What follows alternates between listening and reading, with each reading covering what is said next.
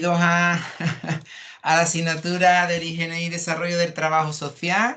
Esta es ya la tutoría 7, y vamos a continuar nosotros con nuestro tema 3, ¿verdad? Que lo empezamos el otro día y vamos a avanzar a partir de ahí porque vamos a muy buen ritmo y vamos a seguir profundizando, ¿vale? ¿Alguna duda o alguna cuestión que queráis plantear de lo que se explicó la semana pasada? Y si no, pues directamente iniciamos. Recordad que siempre me podéis marcar al simbolito de la mano para que yo sepa que queréis intervenir, ¿vale?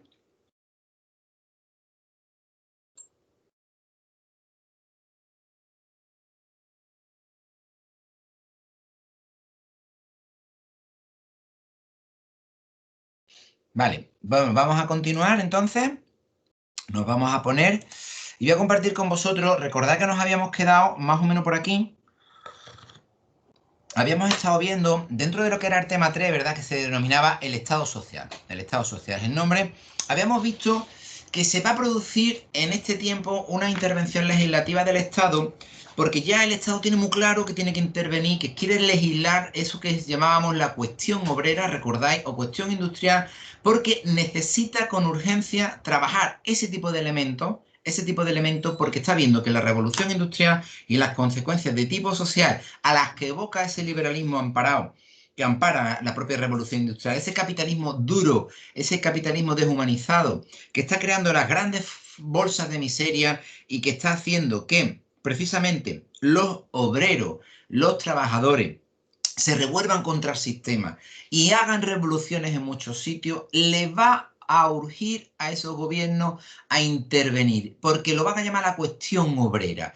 Tienen que controlar la cuestión obrera y la única manera de controlar la cuestión obrera es darle a los obreros lo que están pidiendo. No se puede dejar la economía libre. Esto es muy importante, porque al final se terminan convirtiendo los estados al marxismo, al comunismo, al socialismo, ¿vale? Esos elementos van a ser elementos muy importantes. El otro día decíamos que precisamente la base de todo ello parte de que esa miseria industrial, esa cantidad de elementos antagonistas que está creando el propio revoluciones industriales que son antisociales, no se pueden explicar por causas de tipo naturales, sino que decíamos el otro día que eran por causas de tipo artificial, es decir, son causas creadas. El crecimiento del Estado social y de la administración prestadora de servicios precisamente va a ir en esta línea, es decir, oye, tenemos que crear el Estado social, tenemos que desarrollar la parte de prestación de servicios por parte de lo público, de la administración, porque es la única manera de acabar con ese desastre de miseria industrial que estamos provocando en este modelo de tipo industrial que crea estas necesidades, ¿verdad? Y lo vinculamos también, si os dais cuenta el otro día, esa intervención social del Estado que iba definida por varios elementos y que esos elementos precisamente configuraban la legitimidad. Es decir, oye, cuando tú como Estado social buscas el bien común de tus ciudadanos, cuando tú como Estado social aseguras el orden público porque la gente está a gusto ahí y no quiere hacer revolución, se siente amparado por su Estado, cuando tú trabajas a la familia o con la familia obrera como un objeto de la acción social, un objeto predilecto, un objeto fundamental de acción social, la clase obrera y los ciudadanos legitiman al Estado y por tanto hay orden público. ¿Cuándo no se produce esto? Cuando el Estado no echa cuenta de sus ciudadanos. ¿Y qué hacen los ciudadanos? Se cabrean, se rebrincan, se revuelven contra la situación. No les mola vivir ahí, no les mola vivir en esa situación. ¿Y qué hacen? Pues hacen la revolución, protestan, quieren cambiar sistema. Y esto es muy importante. Los principios de intervención del Estado, los principios de acción social, el trabajar la clase obrera, la cuestión obrera y el darles precisamente una atención social adecuada fue lo que hizo que muchos estados que podrían haber terminado en socialismo o comunismo frenasen ese tipo de elementos. De hecho, ya veremos que aquellos contextos donde esto no se llegue a conseguir, o terminamos en revoluciones socialistas comunistas, o decíamos contra los opuestos. La gente se sube al caballo del fascismo. Vais viendo, porque será precisamente lo que llevará a los desastres de la Segunda Guerra Mundial. Y tendrá que ver con esto. Por eso cuando se reconstruye Europa, después de la Segunda Guerra Mundial, no se quiere volver a repetir el mismo fallo. No se quiere dejar el liberalismo libre como ellos quieren. Hay que controlar a la economía. Mirad, hay una frase que es fantástica de Giner de los Ríos, que dice que para ser libre al hombre hay que hacer esclava a la economía. Y esto son palabras con mayúsculas, son verdades absolutas. Giner de los Ríos, quedaros con ese pensador español, decía, para ser libre al hombre hay que hacer esclava a la economía. Básicamente estaba hablando de esto. Y esto es un elemento muy, muy importante. Giner de los Ríos fue un personaje que lo conoceréis los que habréis estudiado a los Machado, en literatura, que estudiaron en la Institución Libre de Enseñanza. Bueno, pues el que llevaba la Institución Libre de Enseñanza, era Giner de los Ríos. Y merece la pena acercarse a sus reflexiones y a sus lecturas en términos de relación que tiene que tener el ser humano con la economía. La economía tiene que ser algo al servicio de la humanidad y no al revés, como está ahora, que la humanidad está al servicio de la economía. Y es una verdadera lástima. La primera política social, si seguimos con este planteamiento, y no nos vamos con Giner de los Ríos, es precisamente la política laboral. Claro, si yo tengo que trabajar en términos de intervención social, de acción social con la familia obrera, con los obreros y con la cuestión obrera, lo que yo voy a hacer primero es la política laboral. Legislación de tipo obrero. Y aquí nos quedamos el otro día, ¿verdad? Vamos a intentar regular las jornadas máximas, vamos a intentar dar días de descanso, vamos a intentar generar mejores condiciones de higiene, salubridad y de elementos que hagan que la gente que está trabajando en las fábricas, etcétera, etcétera, o en donde sea, no se mueran de temas higiénicos, de accidentes laborales, de temas de... Porque estos elementos, como os pongo aquí, sirven de contención al marxismo. Esto va a ser un elemento fundamental. Y aquí lo dejamos el otro día. ¿Cuál va a ser el referente máximo, máximo, máximo de protección legal que van a crear estos modelos de Estado? Los contratos de trabajo. Los contratos de trabajo. Ese es el principal arma que asegura los derechos laborales de los trabajadores, de las personas que no son ricas, que tienen que trabajar para otros y de sus familias. Y es muy importante.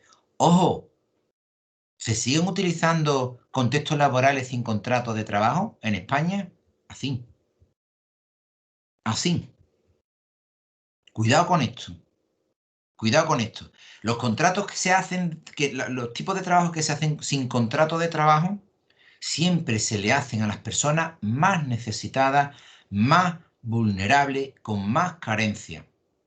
Aquellas personas que aunque tengan una paguita o tengan lo que sea, es ilegal, ¿eh? Buscan este tipo de contratos porque necesitan un complemento económico. Cuidado, es ilegal, ¿eh? ¿Quién se beneficia de esto? ¿El que está trabajando o el que los contrata? Esto es para comerse el tarro, ¿eh? ¿Quién es el que contrata a los inmigrantes de forma ilegal en el campo? ¿Quién es el que se está haciendo rico con esto? ¿Quién es el que se está aprovechando? ¿Quién es el que tiene a una mujer en su casa, sea inmigrante o no, trabajando sin contrato? ¿Quién se aprovecha de quién? ¿Quién gana con esto? Cuidado con este tipo de elementos, porque esos son elementos que puentean todos estos derechos sociales y siempre, siempre, siempre lucran a unos bolsillos muy concretos. Siempre. Y siempre son los mismos. ¿Vale? Esos elementos son para reflexión. La política social, en esa intervención legislativa del Estado que nosotros estamos aquí explicando, va a evolucionar en el siglo XX, ¿vale? Evidentemente en los mismos términos. Es decir, va a desarrollar todavía más, como pongo aquí, el tema de la política laboral y, evidentemente, mucho también en la misma línea, más protección en términos de legislación a los obreros, a la legislación obrera. Os recuerdo que con más política laboral y más legislación obrera, más derechos sociales se crean para todo el mundo. ¿Vale? Esa es la forma en que se hizo. O sea, no es baladí decir que tenemos derechos sociales gracias a la lucha obrera. No, eso es real, porque tiene que ver con esto que estamos explicando aquí. Aquí estarían todo ese desarrollo normativo, esa evolución en los siglos XX que va a tirar hacia la inclusión de los denominados seguros sociales. Ya algo de esto hemos explicado con los seguros bismarckianos, ¿vale? Los seguros de Bismarck, recordáis, y tienen que ver con estos seguros sociales. Lo utilizó en esos términos y en esa forma que estamos nosotros explicando, como elemento de control social. Cuidado que Bismarck antes mató a toda la oposición socialista y comunista alemana, ¿vale? pero aplicó sus políticas para contención y control. Técnicamente dejó desarmado al socialismo-comunismo alemán. ¿Por qué? Pues porque primero había descabezado a sus líderes y en segundo lugar ese gobierno de Bismarck ya le estaba dando lo que los otros prometían tras una revolución. Y tiene que ver con esos seguros sociales. Esto lo van a imitar prácticamente los modelos de Estado social que se van a gestar aquí tienen que ver con la Sozialpolitik. Recordad que hablamos de esa política social al estilo germánico alemán, que tiene origen en estos seguros sociales, y a la Sozialstaat, ¿vale? El Estado social alemán. Y esos seguros sociales, pues los clásicos, ¿cuáles son? Pues de enfermedad, de accidentes laborales, por fallecimiento en el trabajo, por invalidez en el trabajo, el tema de la jubilación y lo último que se evolucionó fue ya el tema del desempleo, ¿no? Que fue un elemento más de evolución. Ya incluso veremos que con las seguridades sociales llegará incluso a cubrir incluso a quienes no han tenido cotización, como serán las pensiones no contributivas. Aquí en España fue muy tarde, fue en el año 1990,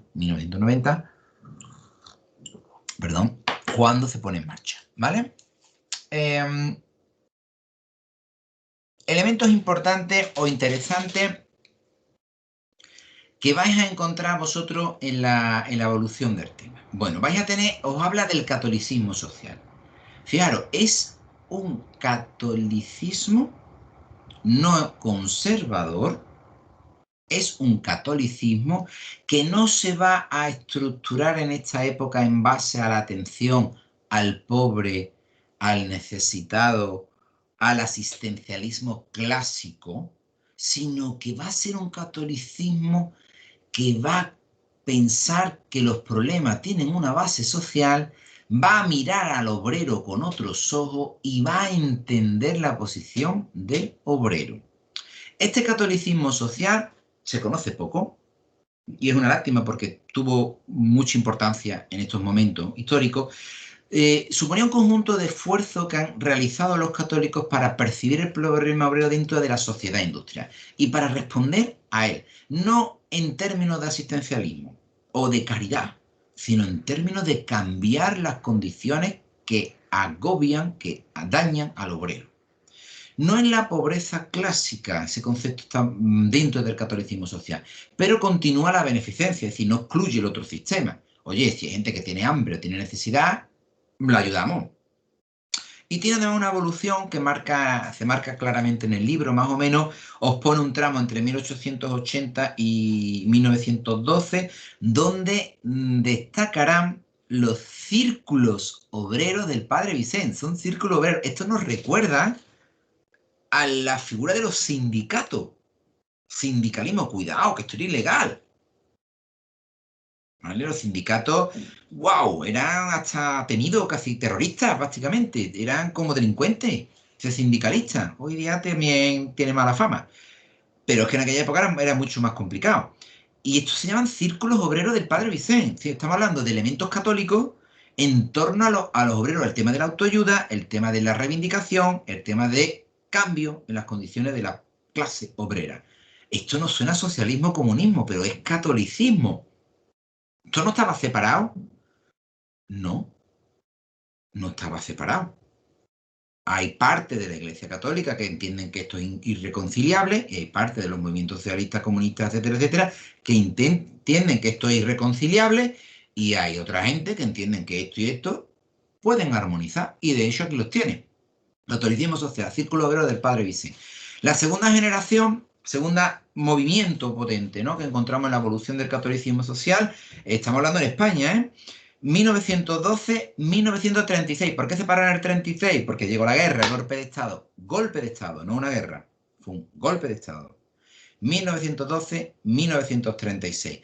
Ahí ya incluso se desarrolla una vertiente sindical, en algunos periodos de tiempo legal, porque ahí habrá periodos en el trienio liberal, en la época de la República, que será totalmente legal el sindicato. Entonces habrá sindicatos católicos, claro que sí, vertientes sindicales, donde existirá incluso una confederación nacional de sindicatos católicos. Oye, que no es que hubiera uno o dos, uno en Barcelona, otro en Madrid, porque había mucha industria. No, no, no, no. Estamos hablando de una confederación nacional a nivel español de sindicatos católicos. Sindicalismo con catolicismo, para que entendáis que en estas épocas, antes del golpe de Estado fascista en España, estos elementos podían estar armonizados, igual que en otras partes, en otras vertientes del territorio nacional, porque se llegó a entender que a lo mejor el catolicismo tenía que arrimarse a la cuestión social, porque la cuestión social era un elemento importante también para el catolicismo y para todos aquellos católicos que eran a su vez obreros y estaban en situación de explotación, miseria o necesidad, porque era esa cuestión industrial de la que nosotros venimos hablando. Os he sacado una información para que veáis un poco de dónde cogea, ¿no?, esos círculos obreros del padre Vicent. Bueno, en el año, esto no lo vais a encontrar en el libro, en el año 1879 el jesuita Antonio Vicent creó los círculos católicos. Es jesuita, no casualidad, basado en gran medida en los círculos obreros franceses, es decir, eso ya estaba en otras zonas de Europa. Estos círculos eran una especie de casinos populares que pretendían apartar a los obreros de las tabernas. Por favor, casino no es un sitio para jugar, o de apuesta, cuidado eso, es un espacio lúdico, ¿vale? Para hablar. Pero la idea era sacar a esos obreros de las tabernas, un objetivo que compartían también con las casas del pueblo, pero que contaban con el apoyo y el control de los patronos, esas últimas. En el año 1891 es una época muy importante porque se hizo la encíclica del Papa León XIII, que dio un giro fundamental en cómo la Iglesia había abordado la cuestión social hasta el momento. Por eso esto tiene sentido en esta época, ofreciendo alternativas al movimiento obrero. En ese año se publicó la famosa Rerum Novarum del Papa León XIII, que fue un cambio increíble. En la encíclica, las organizaciones católicas encontraron una carta de derechos sociales, así como la primera clara doctrina oficial de la Iglesia en materia social. La Iglesia terminó por ser consciente no solo de los abusos que el sistema capitalista generaba, sino también que no bastaba con pedir resignación a los obreros y apelar a las conciencias de los patronos, sino que la Iglesia tenía que posicionarse en términos sociales, esto está muy callado, para defender las cuestiones sociales del obrero. ¿Quiénes han secundado esto? Pues ahora hay un papa que se llama Francisco, que también ha marcado una encíclica y que está haciendo muchas pupitas en el mundo del capitalismo y del liberalismo a ultranza, porque secunda esta Rerum Novarum y potencia aún más y condena muy, muy, mucho la explotación de unos seres humanos por el otro y todo lo que es la explotación económica, capitalista y del capitalismo en general. Esto no sale mucho en las noticias, además salen a lo mejor algunas cosas más anecdóticas del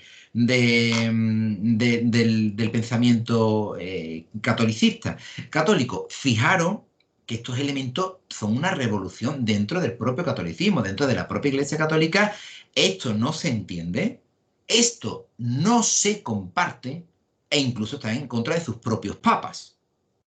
Esto hay que decirlo así de claro. Yo lo puedo decir porque como no pertenezco a la Iglesia Católica, soy libre pensador y no me debo a ninguno de ellos. Pero es muy importante, muy, muy importante entender esto que estamos diciendo. Si esos elementos de pensamiento ya en 1891 con la Rerum Novarum impulsó movimientos de círculos obreros porque podían encajar, podían encajar. Siguen vigentes, pero no se entienden por parte del conservadurismo católico y de los movimientos más ultras que ahora mismo pueden estar por la Iglesia. El propio Papa actual, acercarse a leer su encíclica, es pura anticapitalista, pura anticapitalista. Eso no significa, cuidado, que se defienda la lucha de clases, es decir, no son marxistas comunistas, que fue especialmente condenada. La propiedad privada era sagrada y el socialismo era una doctrina considerada en ese momento errónea y además materialista. Para conseguir la convivencia social había que apelar a la justicia, aunque también a la caridad, como medios para resolver los conflictos. El Estado en esta posición debía garantizar los derechos de los más desfavorecidos, proteger el trabajo y promover una legislación social. Por otro lado, la Iglesia defendía la creación de un sindicalismo católico, fijaros, que hiciera competencia al sindicalismo de clase. Oye, la mejor manera de que la gente entienda la posición de la Iglesia es haciendo también sindicatos y protegiendo a los obreros. No harían falta, si tú eres un obrero y eres católico, pues te molaría, ¿no? Esa es la forma de pensar, ese sindicalismo católico. De hecho, fueron muy populares y fueron bastante fuertes aquí en España. Sabéis que en España pues siempre hemos sido muy católicos. La Iglesia quería que los círculos católicos adquiriesen un cariz social, del que, pues, evidentemente habían carecido pues, siempre. En el caso español, en el año 1895, se constituyó en Madrid el Consejo Nacional de las Corporaciones Católico-Obreras. Fijaros lo importante que es esto, que agrupaba a todos los círculos cooperativas y patronatos católicos que en ese momento van a luchar por las condiciones obreras, desde un enfoque católico este que estamos explicando, ¿vale? Para que veáis que esto no es un invento extraño ni ninguna historia compleja, aquí tenéis una foto que os he podido rescatar, me ha costado trabajillo encontrarla, ¿eh? Pero para que veáis, a beneficio del patronato de obreras católicas, mujeres, ¿eh? Obreras católicas. Mujeres, iglesia y sindicalismo unidas aquí en España, lo tenéis. Fijaros como prueba documental esta misma que os estoy trayendo publicada en la época, ¿vale? Bueno, ¿qué más vamos a encontrar? Pues claro, hemos hablado de todo este elemento, ¿no? de respuesta, ¿no? Que da el catolicismo a la cuestión social porque también se la cree, ¿vale? Recordad que luego el catolicismo, pues incluso pues, habrá disensiones dentro de la propia Iglesia Católica, siempre va a haber movimiento de la Iglesia Católica muy grande y va a haber como la derecha y la izquierda del catolicismo, nos guste o no nos guste, y va a haber como la parte más fascista y más comunista dentro de la Iglesia Católica. Permitirme que hable así para que nos entendamos, pero va a haber movimientos muy alternativos, muy complejos, como yo que sé, la teología de la liberación, que esto ya es casi revolucionario, ¿no? O revolucionario en muchos contextos, ¿eh? Cuidado. Todos estos teóricos de la liberación y librepensadores dentro de la propia iglesia, pues parece que lo tienen muy mal, lo tienen muy complicado, porque vencen otros tipos de diálogo. Y fijaros que tienen un papa, la Iglesia Católica ahora mismo, o tenemos un papa, la Iglesia Católica, que va más cercano a defender al pobre que a defender al rico en los términos estos que estamos explicando de daño del propio capitalismo, ¿no? Sería genial que la Iglesia Católica esto lo tomara como elemento base de su quehacer diario. Haría muchos elementos de mejora y plantearía muchísimas cuestiones de mejora. Seguimos avanzando. También vamos a encontrar, hemos dicho, una intervención especializada. Claro, tenemos aquí un Estado que aboga, que trabaja y que lucha por el tema de la cuestión social, de la cuestión obrera en los términos que estamos hablando. ¿Qué vamos a encontrar? Bueno, vamos a encontrar la beneficencia. La beneficencia acoge lo que queda protegido del resto del sistema, ¿vale? Son elementos benéficos de ayuda o de protección a quienes no están cubiertos, por ejemplo, por los seguros sociales, por los seguros obreros, por esa legislación que todavía es endeblita, ¿eh? Todavía es endeblita, le falta muchísimo para poder cubrir. Fijaros que nuestra propia seguridad social, y mira que ha madurado y ha cambiado, y la propia seguridad social en términos en Europa deja todavía mucha gente fuera, que tiene que cubrirle la asistencia social. O sea, todavía se queda gente fuera. Y aunque estés cubierto por la seguridad social, aún así hay mucha gente que con lo que cubre la seguridad social, pues no tienen para vivir o para mal vivir.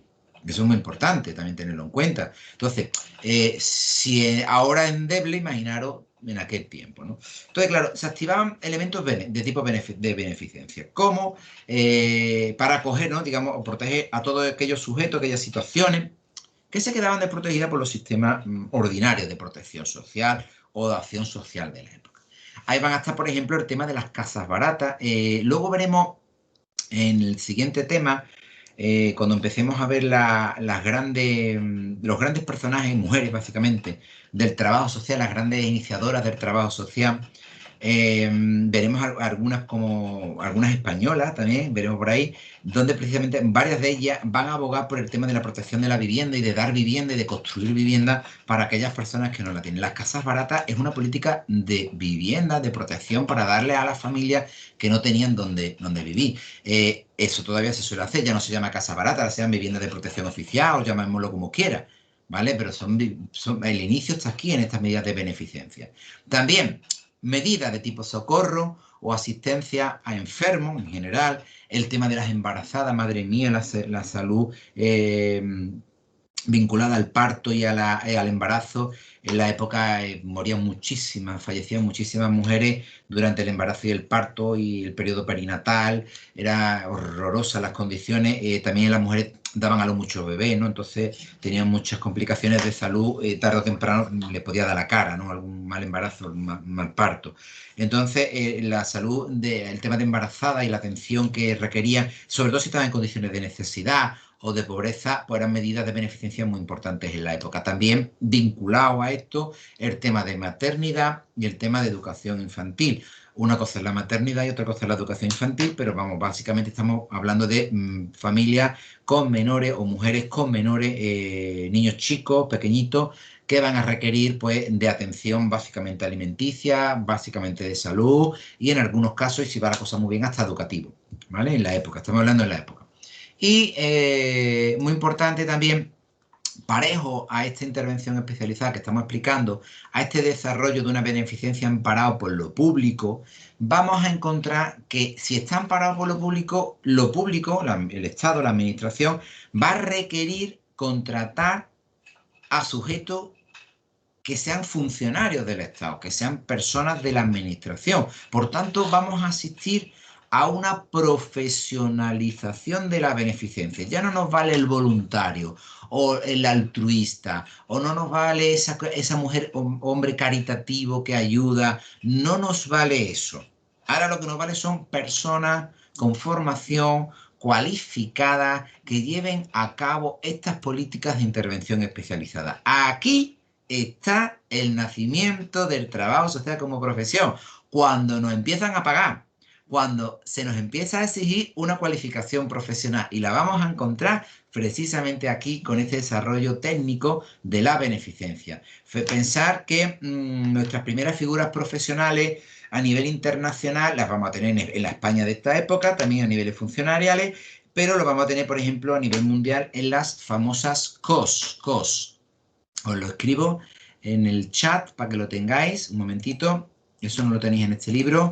Las famosas COS. Charity Organization Societies, ¿vale? Sociedades para la organización de la caridad, que técnicamente era una beneficencia de tipo privado, sin ánimo de lucro, que lo que tenía eran profesionales formados y contratados. Y ahí están las primeras trabajadoras sociales potentes, mundiales y formadas, que van a crear escuelas de formación y van a exigir parámetros de formación a todas esas mujeres, que digo mujeres porque al principio eran nada más mujeres, los que mandaban eran hombres, eran directivos, algunas mujeres mandaron, ya las contaré, y eran trabajadoras sociales, y van a ser las que organicen esa beneficencia técnica, cualificada, profesional, que somos nosotros los trabajadores sociales en nuestros arbores y en nuestros inicios, ¿vale? Lo digo para que lo tengáis claro.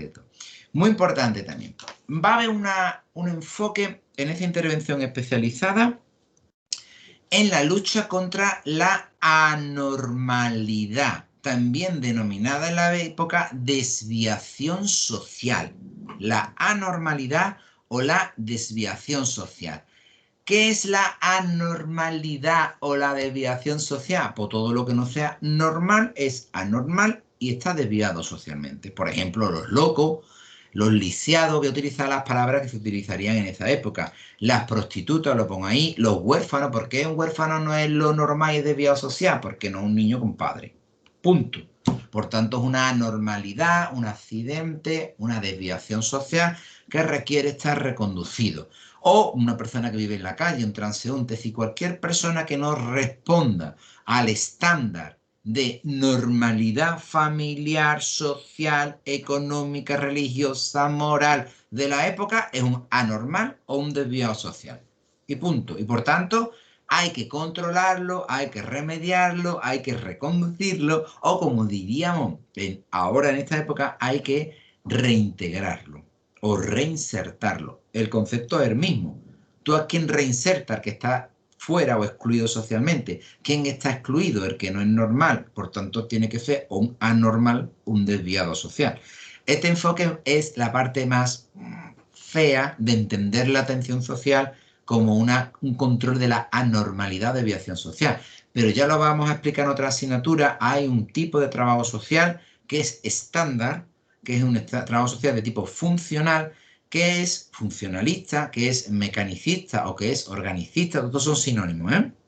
Donde el enfoque es, como el médico, aquello que no está bien, por ejemplo, el médico diría, hay enfermedad, ausencia de salud, yo intervengo y lo pongo bien, lo pongo sano, lo curo, lo arreglo. El mecánico, mecanicista, esa pieza que no funciona, repara. El organicista diría ese órgano, ¿vale? Social que no funciona, lo reparo, lo inserto. El trabajador social, esa persona que está en una situación de anormalidad social, de desviación social, la reinserto, la reintegro, la normalizo y corrijo esa desviación social, ¿vale? Estos son parámetros que tienen que ver con enfoque dentro del trabajo social. En esta asignatura no la vamos a ver, pero sí la vamos a estudiar en la parte de metodología del trabajo social, de la asignatura de fundamentos del trabajo social, para que entendáis qué tipo de trabajo social, no modelo, que después cada tipo de esto tiene un montón de modelos, de tipo de trabajo social se pueden hacer según el paradigma de interpretación del mundo en el que nosotros nos encontremos. Esto del funcionalismo que os he explicado es un paradigma, ¿vale? Social, y hay otros paradigmas, pero permitirme que no entre en esos detalles porque nos desviaríamos también nosotros del tema en este caso, ¿vale? Bueno, mira, esta es una foto. ¿Alguien me puede decir en el foro de dónde es esa foto, por favor?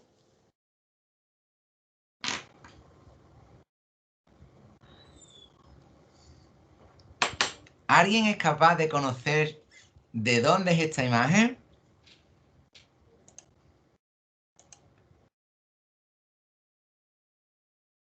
A ver, chicos, pensad, porque evidentemente eso está en Sevilla. Eso está en Sevilla. A ver si alguien me da con la tecla. En la avenida Ramón y Cajal, Juan Jesús, está que te sale. Efectivamente, estamos hablando de las casas baratas de Sevilla. Muy bien, perfecto. Es decir, mira, estas casas baratas ya ahora mismo son en un edificio ya considerado, considerado histórico, ¿verdad? Un edificio considerado histórico, pero, porque has vivido ahí un año, pues son las famosas casas baratas. Estas casas baratas, en su origen, y ya no tenemos que ir para atrás, ¿vale? Yo no recuerdo la fecha porque están en una placa que estarán por ahí, si has vivido por ahí, tienes que controlar tú más que yo, pero técnicamente viene el año de construcción, tiene que ver con esta época y tiene que ver con este estadio de beneficencia social que eran de ayuda, ¿vale? Entonces, estas casas baratas hoy día son un edificio histórico muy importante porque tienen detrás una historia social potente a nivel de la cultura sevillana y son un referente. Y tienen que ver precisamente, tienen que ver con esto, ¿no? Pero siempre está cerrado. Bueno, claro, ahora mismo yo no sé la reubicación que se le dará o cómo ha ido planteando. Yo lo he conocido habitado, ¿vale? Ese edificio, yo lo he conocido habitado. Ahora mismo supongo que estará en parámetros de a lo mejor reasignarse o convertirse en algún tipo de centro de tipo público, pero no sé muy bien cómo lo van a canalizar ni lo que han hecho como planes que tengan ahí dentro del edificio, pero técnicamente eran viviendas. O sea, eran viviendas donde había un montón de familias y se le llamaban casas baratas. No son las únicas casas baratas de la provincia de Sevilla ni de España, que había un montón, ¿vale? Pero estas son una de ellas que precisamente pues, están aquí todavía, están de pie, se pueden ver. Tú si pasas por la avenida, pues por favor, cuando paséis por ahí acordáis, ¿no? Oye, mira, pues estas son las casas baratas de la época de la beneficencia técnica. Ahí había muchos trabajadores sociales, ¿vale? En sus orígenes que estaban... dice, pero tiene su sentido, es un barrio periférico. Y en aquella época estaban en medio del campo, te lo puedo asegurar. Ramón y Cajal estaba en medio del campo. Entonces era muy era periferia sevillana, evidentemente, era periferia sevillana y encontramos nosotros ese ejemplo de arquitectura social, benéfica y técnica o cualificada que en ese momento se impulsa mucho por este tipo de política de atención social, ¿no? Además, son básicamente para obreros. ¿Eh? Efectivamente, la ciudad jardín, buah, eso no existía ni de lejos, vamos, eso estaba muy, muy lejos, muy, muy lejos, ¿no? Ahí estaría el matadero que estaba ya más para allá, que eso sí estaba, pero eso ya era en medio estaba en medio del campo, ¿no? Etcétera, etcétera. Bueno, más cositas. Vamos a seguir avanzando en este tema 3, que como veis tiene muchos elementos de interés. Bueno, os voy a contar ahora los movimientos de la reforma social, porque claro, todo esto está acompañado con un pensamiento de cambio importante, que es un pensamiento de reformismo social. Lo hemos atisbado y explicado en algunas partes de otros temas también de la asignatura, que es evidente, ¿no? O sea, eso está impregnando, hemos visto hasta la propia Iglesia Católica, ¿no? De la época. Entonces, ese reformismo social, hay una serie de movimientos dentro del reformismo social que van a ser muy importantes y van a ser muy importantes para el trabajo social. Muy, muy importante, pero más importante todavía para la gente que se va a beneficiar de ellos, ¿no? Evidentemente. Por ejemplo, el movimiento del higienismo. El higienismo, fijaros, casi que yo me atrevo a decir que gracias al higienismo surgimos como profesión. Y ahora voy a explicar por qué. Mira, el higienismo tenemos aquí un personaje que es Johann P. Frank, que es un médico alemán, que en el año 1790, escribe un tratado, un libro que se llama Si la miseria del pueblo es la madre de las enfermedades. Fijaros la frase, lo contundente que es. La miseria del pueblo es la madre de las enfermedades. Es un médico, no es un trabajador social, no es un pensador social, no es un reformista social, no se va a dedicar a eso, es un médico. Lo que quiere es que no haya enfermedad, lo que quiere es que la gente esté sana. Y el tratado que hace es que es la miseria del pueblo, es la madre de las enfermedades. El problema que tenía la medicina de la época, y este es un tratadista médico alemán, y lo analiza, y se da cuenta es que donde hay focos de miseria, pobreza, es de donde surgen las enfermedades que luego esquilman la población completa y hacen daño a toda la población. Es decir, precisamente donde más pobreza hay, donde más miseria hay, es donde más difícil es controlar los temas higiénicos, los temas sanitarios, la cobertura sanitaria, y precisamente ahí es donde surgen las enfermedades, donde se alimentan las enfermedades y desde donde se distribuyen las enfermedades. Dicho de otra manera, si yo quiero tener una sociedad cubierta desde el punto de vista sanitario, tengo que acabar con la miseria y con la pobreza. Y ahí entramos nosotros, porque esto un médico no sabe hacerlo. Pero sí lo tiene muy claro, ¿eh? Lo tiene súper claro. Hay que acabar con la miseria, hay que acabar con la pobreza, porque si yo consigo acabar con eso, yo consigo terminar con la enfermedad. Claro, el pensamiento del higienismo. Claro, ahí vamos a entrar nosotros. Vamos a entrar nosotros porque va a haber un movimiento y de los higienistas que son médicos y de lo que se van a encargar es de acabar con la miseria y la enfermedad. Algunos de estos higienistas y de estos médicos van a ser los primeros directores de escuelas de trabajo social. La primera escuela de trabajo social que se hace aquí en España, en Barcelona, es del doctor Rovira. Doctor Rovira, no doctor de sociología, de psicología, de trabajo social, es un doctor médico.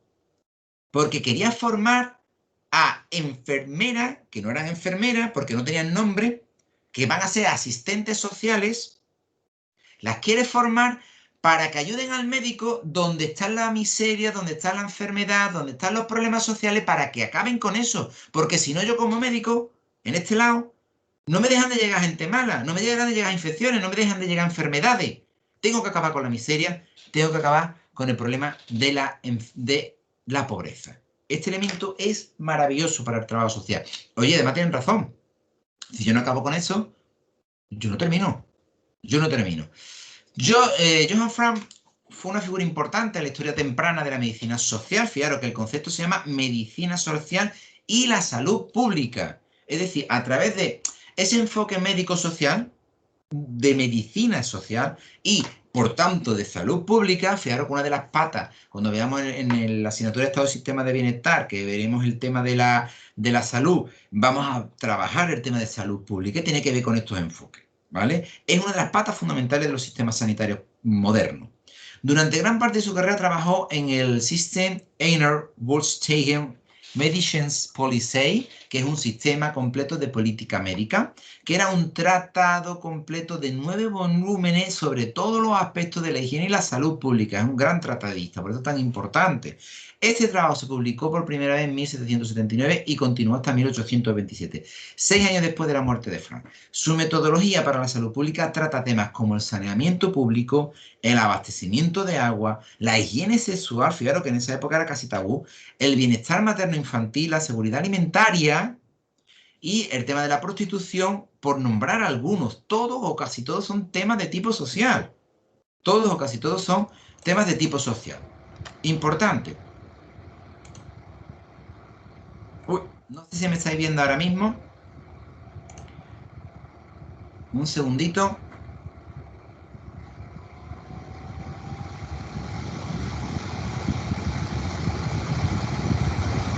Eh, entiendo, perdonad, ¿me estáis viendo?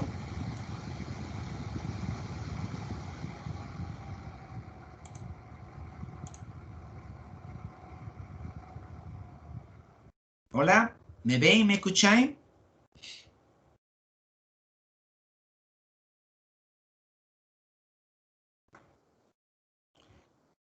Vale, vale. Se ve que había algún fallo en la plataforma o algo porque por un momento no me veis, ahora se ha congelado. Vale, vamos a seguir avanzando a ver si puede ser que veáis la transparencia porque parece ser que se ha producido en la plataforma algún... se ha quedado un poquito pillado, ¿no? Vale, vale, vale. Vamos a seguir avanzando a ver qué conseguimos hacer. Bueno, estaba hablando precisamente de P. Frank, donde decía que básicamente pues, estamos hablando de que casi todo lo que está trabajando como salud son temas que son de vertiente social y son de vertiente además muy potente, muy, muy importante, ¿vale? ¿Cuáles son esos movimientos que nosotros podemos ver ejemplificados? Yo espero que estéis viendo esta transparencia porque es muy chula. Fijaros, aquí estaría todo el enfoque de la medicina social. Hoy día hablamos de enfoque de medicina social, ¿vale? Donde habría todo lo que sería esa medicina social enfocada a la lucha contra las condiciones de vida insalubre y de trabajo. Esto va a ayudar a multitud de personas que están en situación de necesidad o de pobreza. De necesidad o de pobreza.